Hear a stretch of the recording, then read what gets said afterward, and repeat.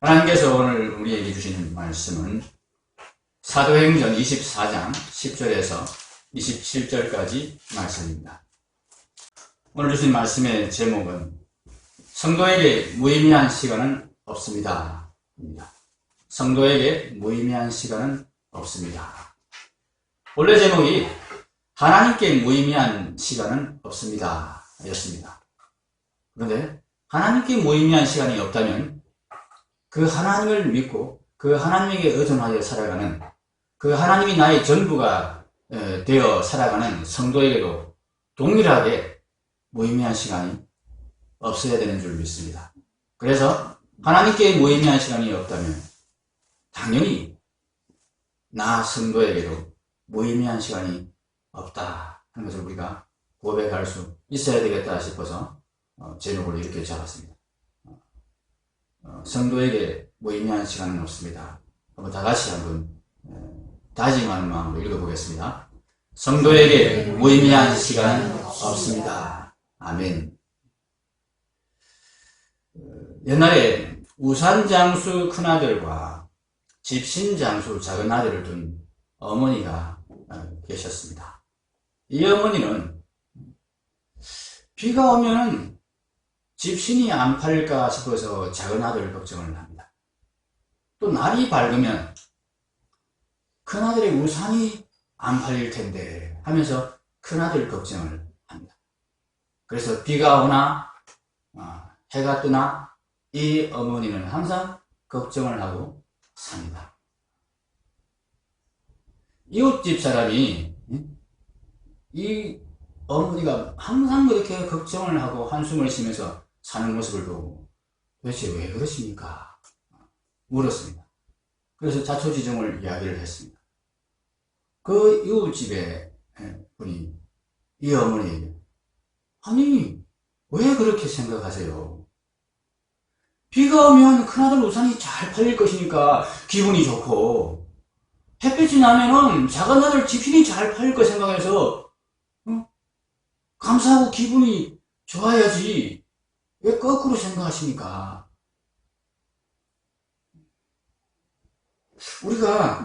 우리가 참 이렇게 좋은 일을 나쁘게 보고 나쁜 일을 좋게 보고 이런 경우가 참 많이 있는 것 같습니다.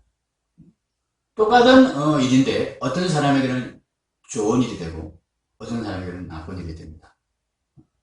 어떤 사람의 기준으로, 어떤 사람을 기준으로 생각하느냐, 어떤 생각을, 어떤 가치를 기준으로 생각하느냐에 따라서 똑같은 일이 좋은 일이 되기도 하고 안 좋은 일이 되기도 합니다. 똑같은 일이 의미 있는 일이 되기도 하고 무의미한 일이 되기도 하는 거죠. 우리가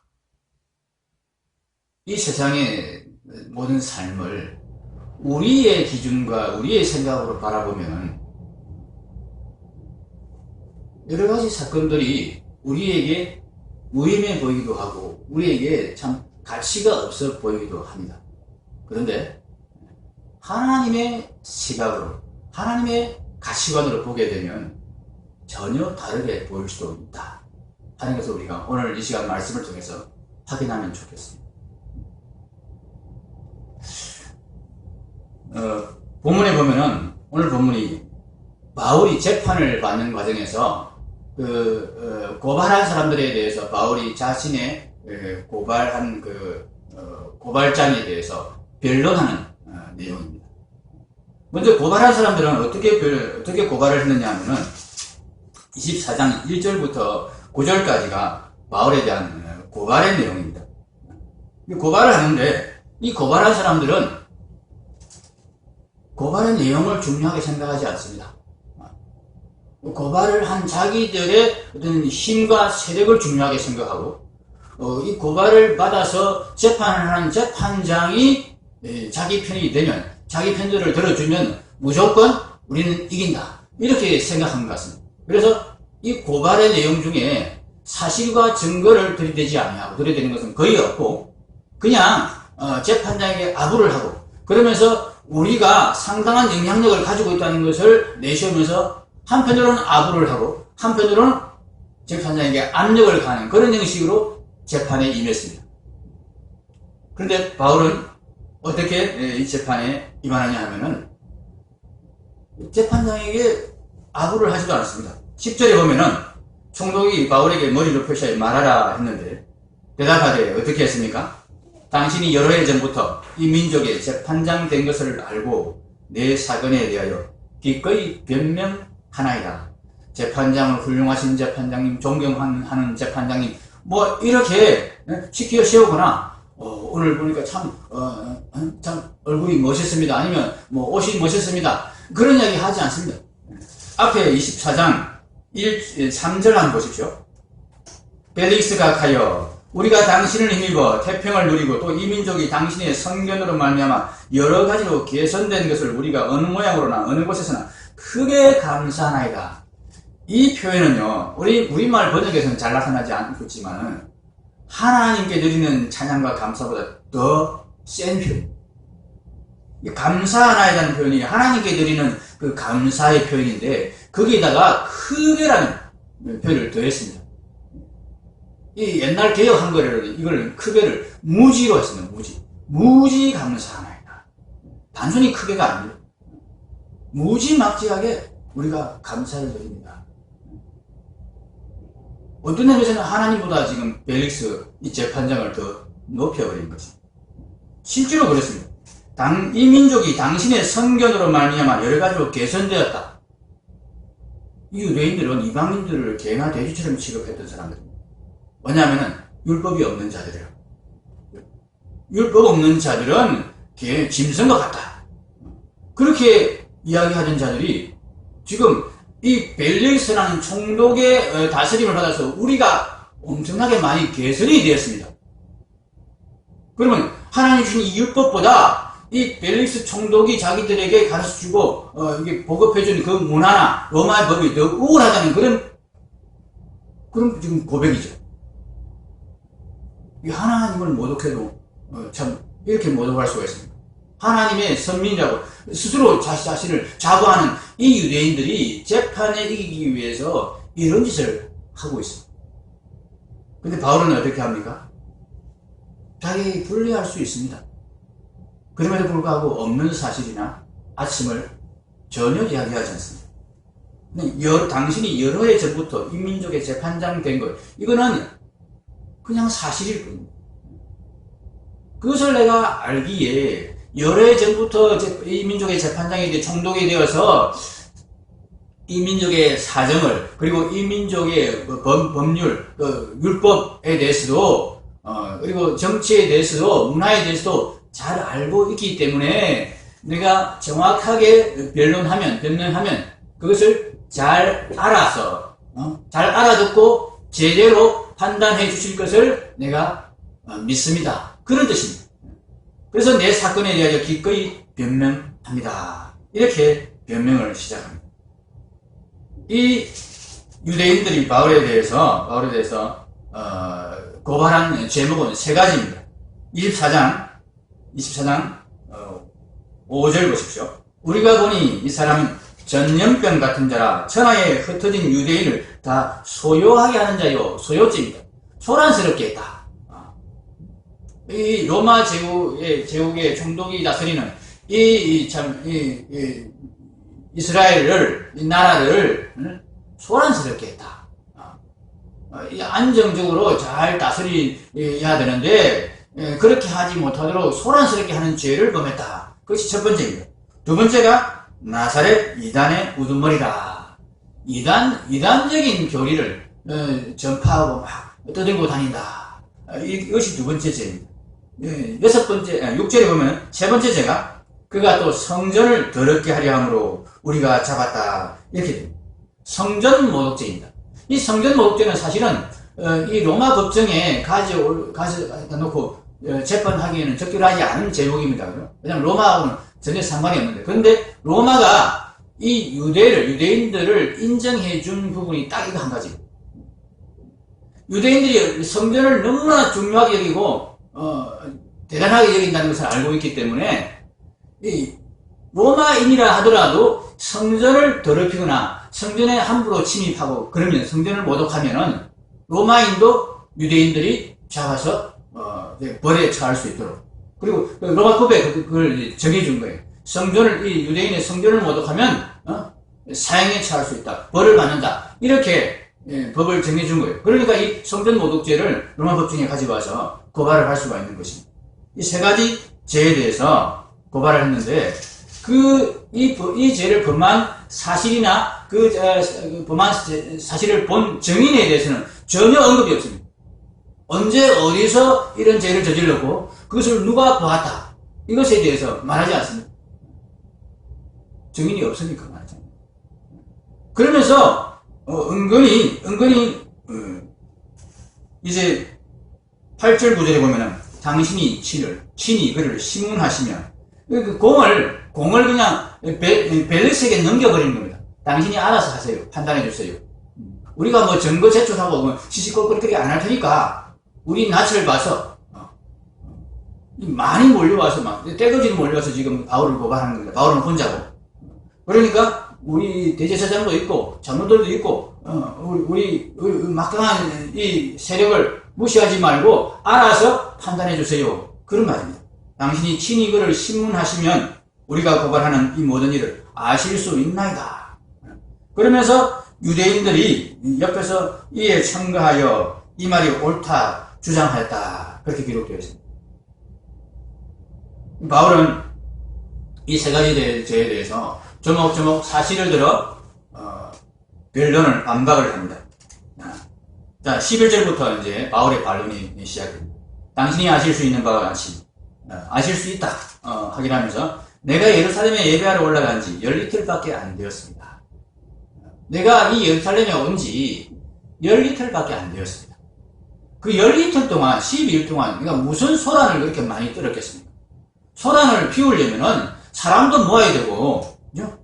세력도 모아야 되고 돈도 모아야 되고 뭔가 많이 준비하는 과정이 필요할 텐데 단지 12일 동안 제가 무슨 그런 대단한 소란을 준비하고 일으켰겠습니까? 심지어는 사실은 뒤에 이제 18절에 결례가 나옵니다만 이 결례 드리는 기간은 그냥 가만히 결례를 준비하고 성전에서 자숙하는 그런 시간입니다. 이 기간이 7일입니다. 7일.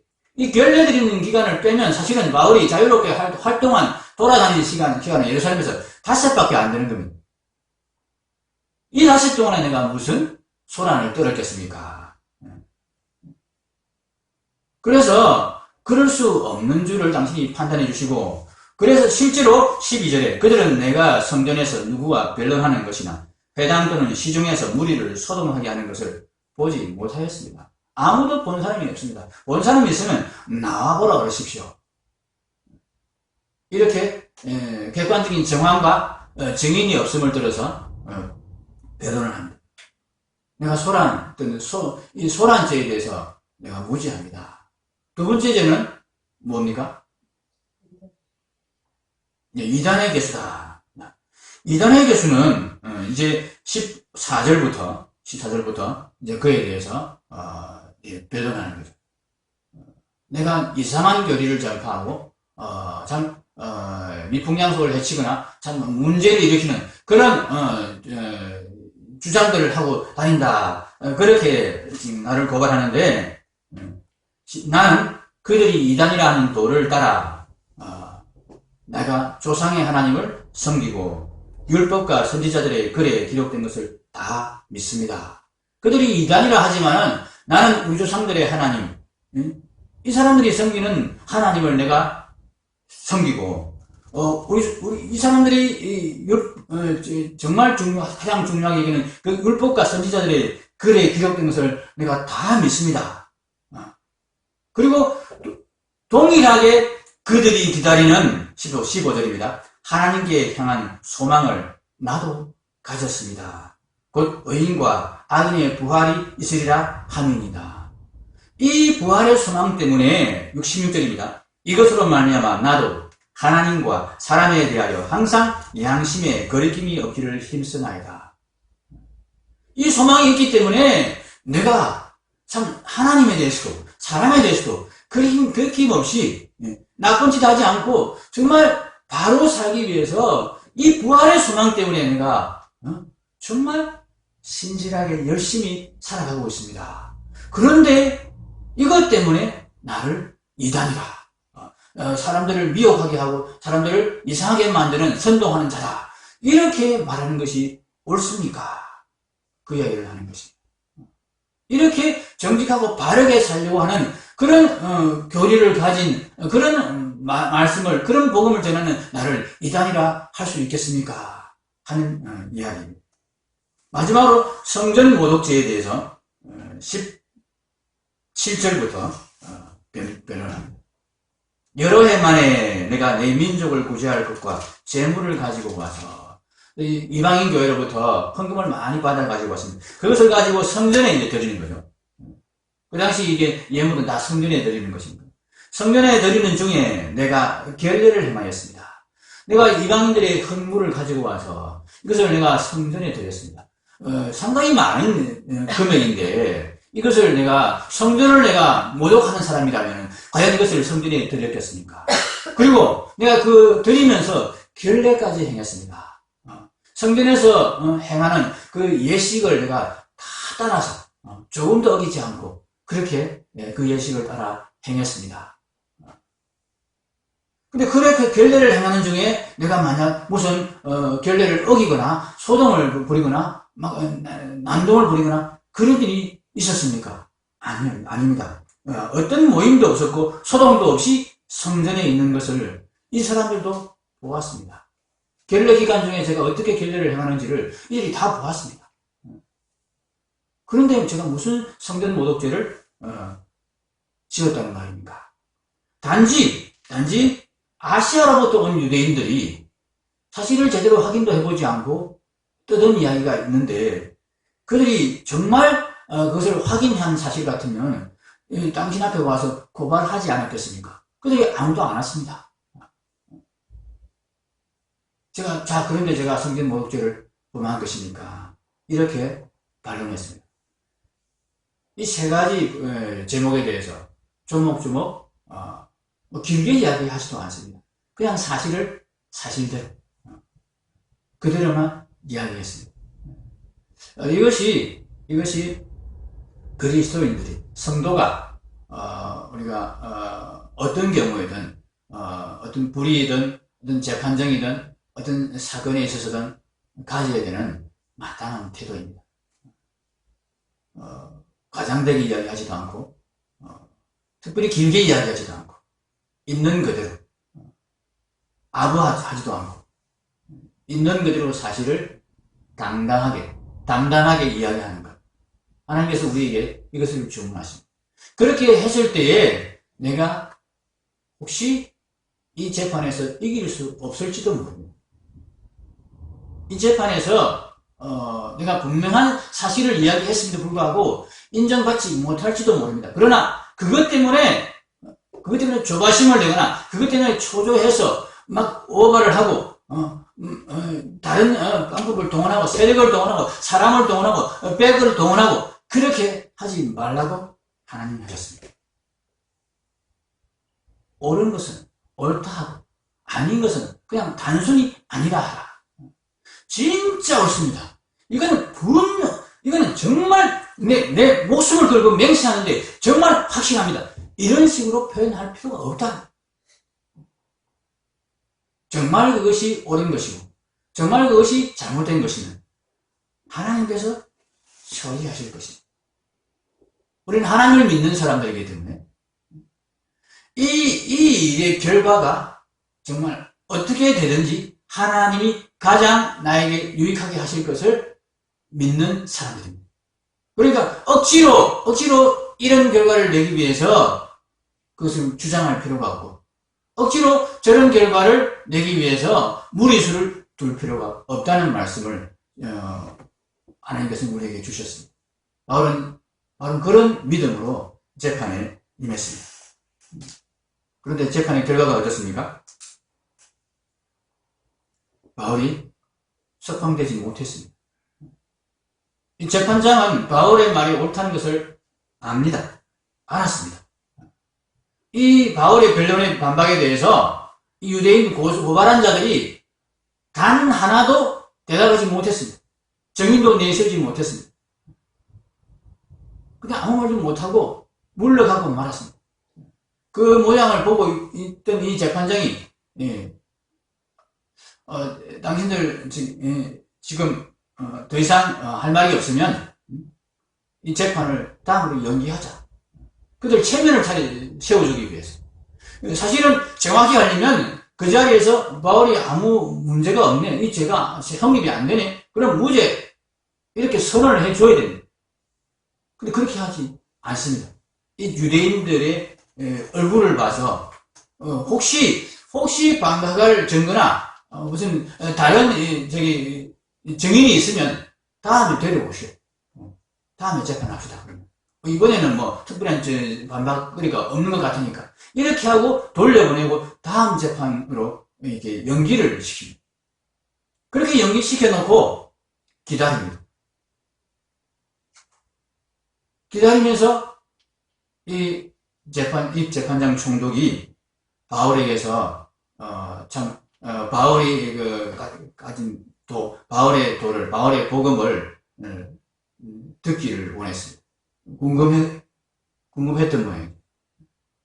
근데 바울이 그에게 무엇을 강론했습니까? 25절에 의와 절제와 장차오는 심판을 강론했습니다. 이 벨릭스가 바울의 복음을 듣고는 두려워했다. 두려워했다. 특히 어떤 부분에 두려워했겠습니까? 심판에 대해서 두려워했을 것입니다. 의와 절제를 가르쳤고 이 의와 절제를 지키지 못할 경우에 하나님의 심판이 분명히 있습니다. 바울이 확신 있게 분명하게 전하니까 이 벨릭스 총독이 두려워했다.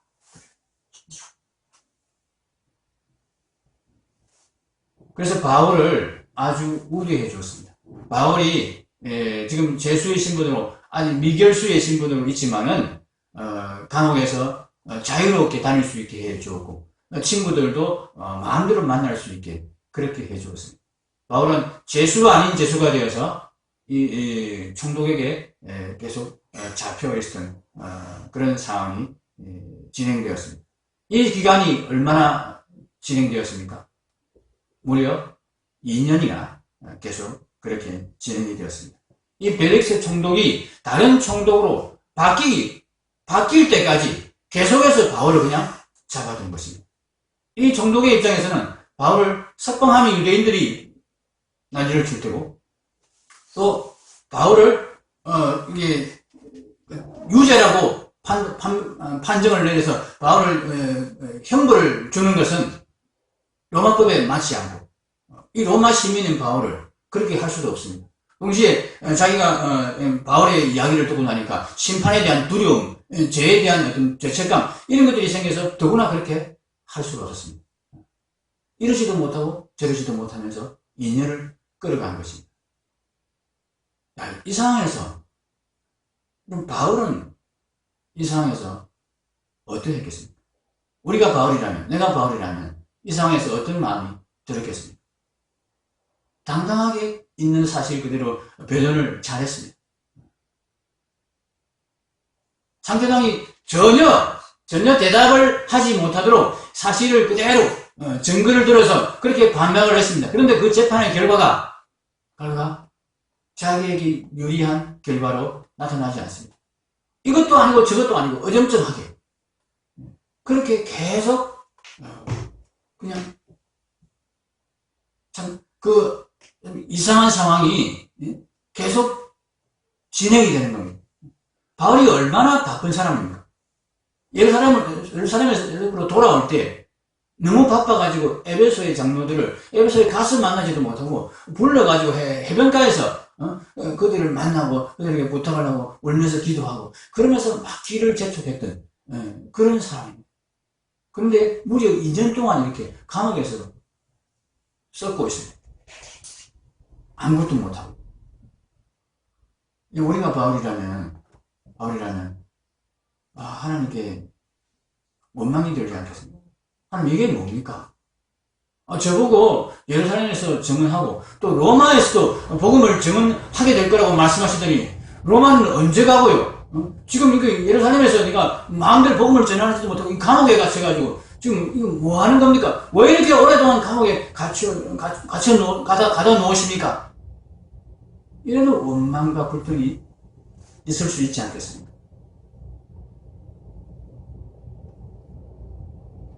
우리의 시각으로 보면 바울이 정말 그렇게 생각했는지는 모르겠지만 바울이 만약 좁은 시각으로 보았다면 그런 생각을 충분히 할 수 있겠죠. 우리의 시각으로 보면은 얼마든지 이런 생각을 할 수 있고 이런 판단을 할 수 있습니다. 그런데 하나님께도 과연 그러한가? 우리가 이것을 생각해 봐야 돼요. 그렇지 않았습니다. 하나님께는 분명한 의미가 있는 시간이 바로 이 2년의 시간이었습니다. 그럼 하나님이 바울을 왜 석방하지 않으신지 우리는 알고 있습니다. 왜 석방하지 않으셨습니까? 바울을 지금 석방하면 바울은 이 유대인들에 의해서 죽임을 당할 가능성이 아주 높습니다. 25장 3절을 한번 보십시오. 25장 3절. 2년이 지난 다음에 총독이 바뀌어서 그 총독이 예루살렘을 방문했을 때 총독이 이제 부임하면은 그 지방 유지들을 만나는 게 일반적인 관례거든요. 이스라엘의 유지들은 다 예루살렘에 모여 있습니다. 그 예루살렘에 내려가서 만났는데 그들이 총독에게 무엇을 부탁하느냐 하면은 재판을 해주시오. 이 바울에 대한 재판을 재개해 주시오. 이제까지 2년 동안 한 번도 바울 재판을 다시 해달라는 이야기를 못하던 그들이 총독 바뀌었다고 재판을 다시 해달라. 그러면서 무슨 얘기를 하냐면은 재판을 가이사랴에서 하지 말고 예루살렘에서 합시다. 그렇게 이야기합니다. 그리고 재판을 하겠다는 게 아니었다는. 3절에 보면 베스도의 호의로 바울을 예루살렘으로 옮기기를 청하니 이는 길에 매복하였다가 그를 죽이고자 합니다. 재판하려는 게 아니고 재판해가지고는 자기들 증거도 없고 성산이 하나도 없으니까 재판할 생각 없습니다. 단지 재판을 빌미로 예루살렘으로 옮기는 도중에서 바울을 죽이겠다. 2년이 지났는데도 이 사람들이 포기를 안 해요. 바울이 감옥에서 총독이 보호하고 있는 그 군사들이 보호하고 있는 그 감옥에서 나오기만을 기다리고 있는 그 기회만 되면 언제든지 바울을 죽이겠다고. 그런데 총독이 무죄 하면서 석방 이렇게 해버렸다 칩시다. 그날로 바울은 죽은 목숨. 앞뒤 가리지 않고 이 인간들은 일단 죽이고 나서 그 다음에 보자. 예수님도 그렇게 죽였고 스데반도 그렇게 죽였어요. 야고보도 그렇게 죽였어요. 그러니 어떻게 하나님께서 바울을 석방하실 수 있으시겠어요? 바울의 생명을 보호하기 위해서 하나님은 바울을 석방시키지 않은 것입니다. 또 하나는 2년 동안 이 유대인들이 재판을 재개하지 못했습니다. 재심을 요청하지 못했습니다. 그런 상황이 이 재판은 공식적인 재판입니다. 이 벨리스 총독의 법정에서 공식적인 재판이 있었던 것입니다. 이 재판에서 바울을 고발한 그 고발이 아무런 유효하지 않은 것이라는 것이 이 2년 동안 확인이 되는 시간이 2년이었습니다. 사람들이 재판이 연기되었대. 그러면 이제 2차 재판이 있겠네? 기다리는데 2차 재판이 없습니다. 첫 번째 재판에서는 바울이 이겼다는데 대답을 유대인들이 우리 대제사장들이 아무 대답도 제대로 못했다는데 이런 소문이 분명히 퍼졌을 것입니다. 그래서 무슨 증거를 다시 준비해가지고 증인을 다시 보충해서 2차 재판을 한대. 2차 재판이 안 일어납니다. 2년 동안 2차 재판이 없습니다. 이거 아니네. 아무 증인도 없고 바울을 고발한 게 사실이 아닌 모양이네. 바울이 주장한 모든 내용들이 아무 문제가 없는 거네. 이것이 2년 동안 확인이 된 것입니다. 바울에 대해서 의심쩍게 생각했던 교회 안에, 예루살렘 교회 안에 유대인들조차 이제 바울을 신뢰하게 되는 것입니다. 바울이 율법을 모독하거나 성전을 모독한 사람이 아니라는 것을 확인하게 되는 것입니다. 또 한 가지 이 2년의 시간은 바울로 하여금 온전히 하나님의 말씀에, 하나님의 뜻에 순복하게 만드는 시간이었습니다. 바울은 하나님의 말씀에 순복하지 않는 사람이 아닙니다. 그럼에도 불구하고 바울의 마음에 꺼림칙함이 있었습니다. 자기 동족에 대한 그 애착 때문에 바울은 예루살렘을 떠나는 것에 대해서 꺼림이 있었습니다. 이 동족들을 두고 내가 가야 된다는 것, 물론 가야 된다는 건 맞고 가라 그러시면 갑니다만은 그 마음에, 그 감정적으로 이 동족에 대한 애착이, 이들도 복음을 전해야 되는데, 이들이 회개하고 예수 그리스도를 믿어야 되는데, 내가 이들에게 복음을 더 전해야 되는데, 그런 마음이 바울에게 있었습니다. 근데 이 2년 동안 바울이 감옥에 있었지만은, 이 재판을 통해서 바울의 복음이 정당한 복음이고, 아무 문제가 없는 복음이고, 바울의 복음이 진짜 복음이라는 것을 많은 사람이 알게 된 것입니다. 그것을 확인하고, 그리고 교회 내에 많은 유대인들이 이제 바울에 대해서 적대하던 마음이 없어지고, 바울의 복음을 참 진짜 복음이고 아무 문제가 없는 복음으로 받아들이고, 그 바울의 복음을 그들도 또 전할 수 있는 그런 상황이 된 것입니다. 이제 바울이 직접 전하지 않아도 이 바울이 전하는 복음을 그대로 전할 사람들이 많이 생겨난 것입니다. 바울이 이제는 그러면 내가 이 유대인들에 대한 복음 전거를 이들에게 맡기고 내가 로마로 갈 수 있겠다. 편안한 마음으로 로마로 가게 되는 것입니다. 이런 과정이, 바로 이런 시간이 바로 이 가이사랴 감옥에서의 2년의 시간이었던 것입니다. 사랑하는 성도 여러분, 바울의 입장에서는, 곧 우리의 입장에서는 이 감옥에 갇혀 있는 2년의 시간이 정말 억울한 시간이고 무의미한 시간이 될 수도 있습니다. 하나님을 원망할 수 있는 그런 시간일 수 있습니다. 그러나 곰곰이 따져보면 이 시간은 하나님의 입장에서 볼 때 꼭 필요한 시간이었고 정말 유익한 시간이었다. 하나님께 유익한 시간이면 우리에게도 유익한 시간인 줄 믿습니다. 우리가 이처럼 하나님의 시각을 가져야 됩니다. 하나님의 가치관을 가져야 됩니다. 우리가 어떤 사건이나 어떤 상황이 무의미하고 가치 없고 그것이 참 힘들고 그것이 싫은 것처럼 여겨지는 이유는 우리가 하나님의 가치관과 다른 가치관을 가지고 있었습니다.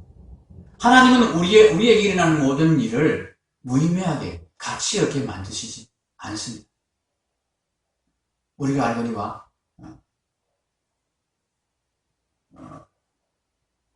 갑자기 생각이 안 나네요. 하나님을 사랑하는 자, 곧 그 뜻대로 부르심을 입은 자들에게는 모든 것이 합력하여 선을 이루느니라. 하나님은 우리에게 일어나는 모든 일을 통해서 우리에게 유익하도록 하신다. 이것을 우리가 믿을 때에 우리가 참 가치 있는 인생을 계속 살아갈 수 있고 의미 있는 인생을 계속 살아갈 수 있습니다. 2018년 새해가 된 지가 엊그제 같은데 벌써 2달이 걸렸습니다. 2달 동안 뭐 했나 싶은데요. 아무 의미 없이 그냥 2달이 흘러간 것 같은 생각이 듭니다. 그러나 결코 의미 없는 시간이 흘러가지 않았음을 믿으시기 바랍니다. 덕계소리 교회가 세워진 지 2년이 지나갔습니다. 아무것도 이루어 놓은 것이 없는 것 같습니다. 그냥 제자리로 돌아오는 느낌입니다. 그런데 그 2년의 시간이 우리가 생각하기에는 참 별 성과도 없고 아무 변화도 없이 그렇게 지내온 시간 같지만 하나님께는 결코 그렇지 않다는 것을 믿으시기 바랍니다. 감옥에 2년 동안 갇혀있는 그 시간이 하나님께는 정말 의미 없는 시간이었다. 이 믿음으로 우리가 하나님의 시각으로 모든 사건을 바라보고 모든 상황을 바라본다면 우리는 가치 있는 인생이 될 수 있고 가치 있는 인생을 살아갈 수 있을 것입니다. 기도하겠습니다.